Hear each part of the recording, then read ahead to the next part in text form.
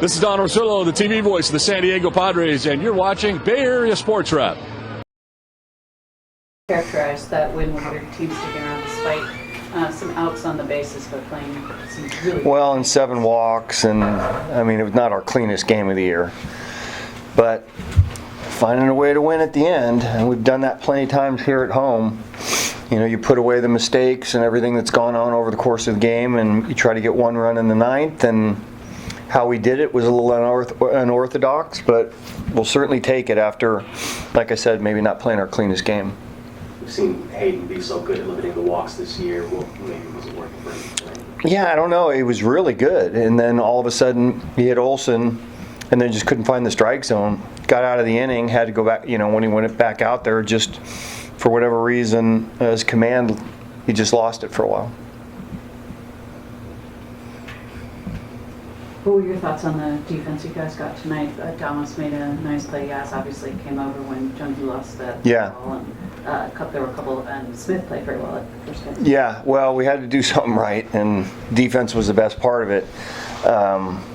You know, early on we had some really good at bat. We scored 3 in the first off a really good pitcher, and we hadn't done a ton of that. So that kind of set the tone where we felt pretty good about ourselves. And then, you know, Olsen's homer obviously hurt in a game when we felt like we had in hand in a game we normally win. But that was probably the cleanest part of the game was the defense, and you know we ended up doing just enough offensively after the 3 runs in the first. Can you recall the last time you won on a walk-off wild pitch? No, it's happened here. I think we had a Little League homer. We had all kinds of stuff that has been a little unorthodox. I think we've had, maybe it was last year. Was it this year? No, it was last year. Last year we had one of those, yeah. And then also I noticed Jung-Hoo Lee got a lot of pitches away today. That's kind of been a trend this past week. I assume it's an adjustment the league is making to him. What's the adjustment you want to see from him going forward if teams are going to keep going away from him? Well, just not trying to go too far off the plate out there. And I think he's gotten some bad calls at times. And I think when you start doing that, then you lose kind of where your strike zone is. You know, he still goes 1 for 3 today with 2 walks, and had a few hits the day before and the day before. So he's making the adjustment pretty well, I think. Chapman's also obviously playing really well defensively, but he's also on a 5-game hitting streak. Yeah. What are you seeing from him and his approach at the plate? Just better at bats.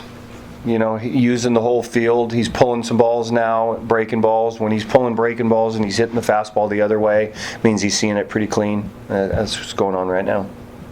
Going back to Lee real quick, can you comment on his throw in the 4th inning being ruled as an error? Can I comment on his throw?